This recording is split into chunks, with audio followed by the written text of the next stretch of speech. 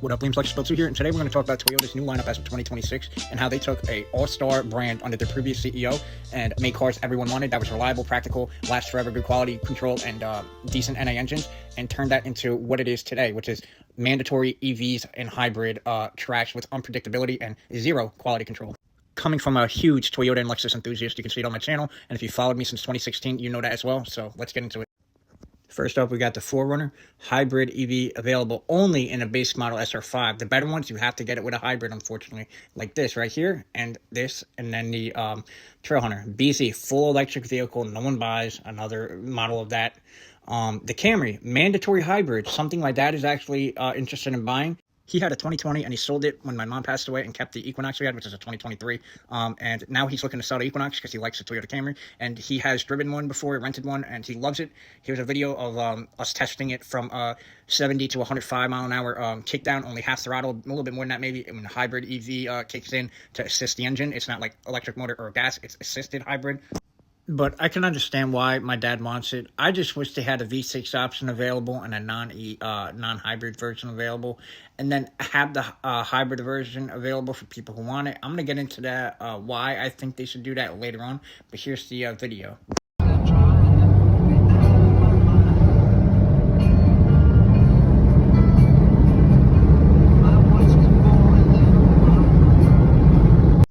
The thing is pretty quick for half throttle, but yeah, the next up is the CHR, the Corolla. Again, you can see in the top left, hybrid EV available or hybrid EV because it's mandatory. Corolla hatchback, hybrid EV, Corolla hybrid, there it is. GR Corolla, thankfully, no hybrid, and it comes with a manual. GR Supra, no hybrid, comes with a manual, but they're making a Mazda engine now. They're removing a B58, unfortunately. GR86.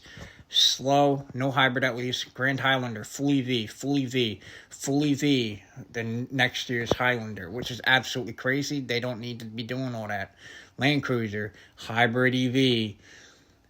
This one's a cool car. I'm going to pause it here. I'm not sure how you pronounce this, but it is a hydrogen car, run on hydrogen, gets really good gas mileage. If you look up a case in the 80s, this guy made it so you could hydrogen power a car by pouring water into a cell, and that cell converts it into hydrogen gas inside the vehicle. And he drove across country on a full tank of water, fuel, that converted it into hydrogen in the vehicle itself and drove, and it has zero emissions. But of course, he met up with gas companies, and he told people before he died, after he had that meeting, he thinks he was poisoned and he passed away. So now what they're doing is they're not pushing hydrogen-powered vehicles because they want to monetize it. So what do? They turn hydrogen into the gas, and then they ship it like fuel, gasoline, to gas station, and then from there they sell it and pump it into the hydrogen car itself instead of having it converted into full hydrogen in the back of the car like the guy in the 80s intended, and like we should be doing, because that would be full free emissions and we'd be able to have cars run without killing the ozone. No EVs with all that lithium and horrible batteries, etc. I'll do a whole other video on that later on, but we're going to move along in the video now and get to the next car up.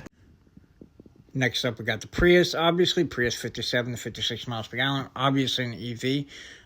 The RAV4, hybrid EV. There you go, right there. Similar miles per gallon to the Camry and close to the Prius, obviously. More RAV4 plug-in hybrid bullcrap, all that. The Sequoia, again, an EV. You have no choice of getting it with the NAV8 anymore. Sienna, EV. Same thing as the Camry. Tacoma, EV.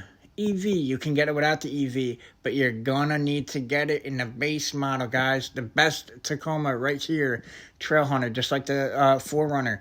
You have to get it in a hybrid, bro. The Toyota Crown makes no sense. It's like a Camry, but a little bit bigger, and it gets the same exact MPGs. The Sequoia, the Tundra right here, again, EV, same engine as the Sequoia. Twin turbo V6 has not been doing good, and it's a hybrid, and you have to get it in the hybrid. Toyota has made it so all their vehicles are hybrid vehicles. Most of them are mandatory hybrids, and the ones that aren't offered turbo engines, that like the 4Runner, the Tacoma, the Tundra, you could get without the hybrid in a base model, but you have to get it in a smaller engine with a turbo now. What are we doing, guys?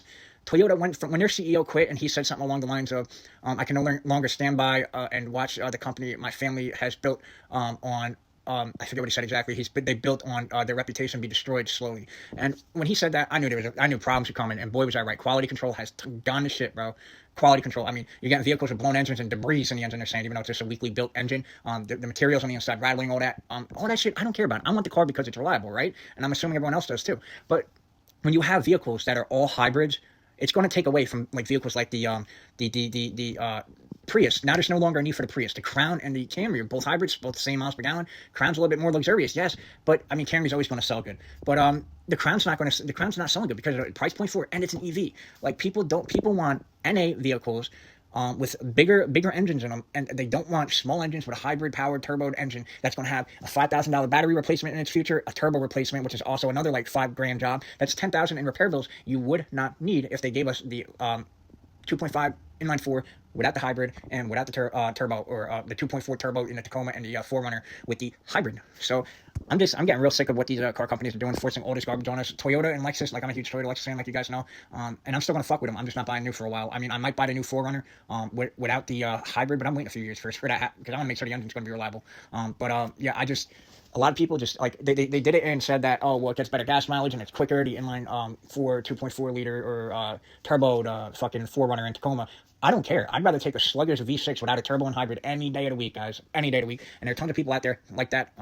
I'm not too happy with what Toyota's been doing since 2023. And the Corolla is the last unmolested, untouched vehicle in their lineup. And I'm sure they're going to find a way to fuck that up too, somehow with a hybrid and making it ugly, whatever. The GR Corolla is mint right now, minty fresh, a 6-speed manual. Love it. But they'll find a way to fuck that up. Same with the Supra. They got rid of the B58 German because it's not reliable. It's a BMW, people like saying. Now they're using a Mazda engine, inline 4. Ridiculous, in my opinion. A Supra has always been an inline 6 vehicle. They now fucked that up. The GR Corolla is the last good vehicle they have, in my opinion, that's been unmolested, untouched, and from the previous CEO days where everything was quality controlled perfectly. But yeah, let me know your guys' thoughts and opinions on this down below. I give Toyota a 2.5 out of 5 stars for what they've done in the past since 2020. Let me know what you guys think down below. Comment Lexus Supremacy down below if you made it this far in the video. Remember to comment, rate, subscribe. Peace. Breaking news. Liam's Lexus Build 2 got motion.